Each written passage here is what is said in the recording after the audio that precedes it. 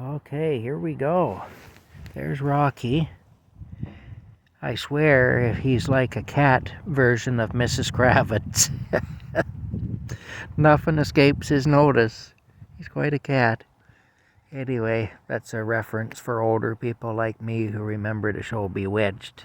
Mrs. Kravitz was the hysterical neighbor, and she was one of these ones that liked to know everything that was going on in the neighborhood, and she'd see some weird goings on over at the Stevens residence there where Samantha lived. Samantha was a witch, and she'd see strange things happening over there, and she'd be at the window watching all the time and seeing all this different stuff happen. And then she'd be calling her husband Abner. He'd be sitting in a chair reading the paper or whatever. And by the time he'd finally give in and go to the window to look, oh, there's a bird. Rocky saw a bird.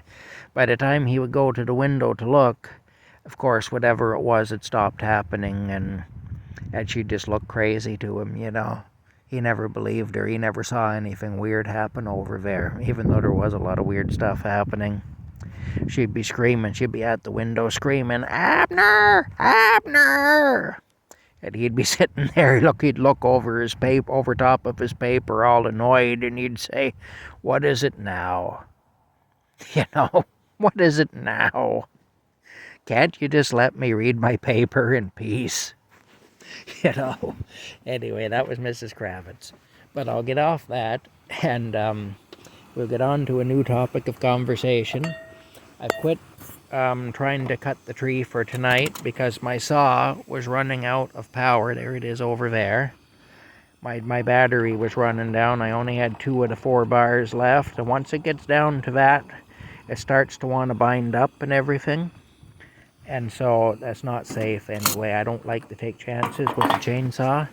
Plus, I'm new to running a chainsaw. I virtually never ran a chainsaw before in my life until last week.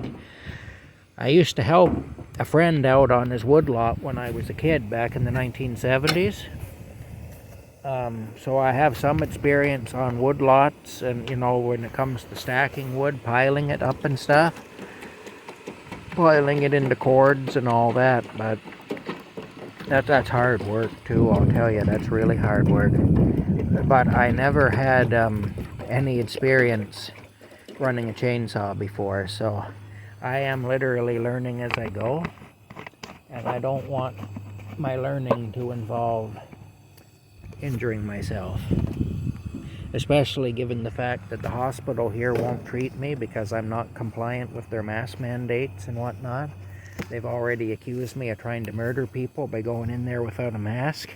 They actually said I had committed attempted murder by going in there and not wearing a face mask. So, I know if I get hurt, I won't be treated. Basically, a serious injury right now is a death sentence for me because I won't comply with their mandates. So that's where we're at. Anyway, yeah, there it is. Anyway, I have to answer the phone. Talk later.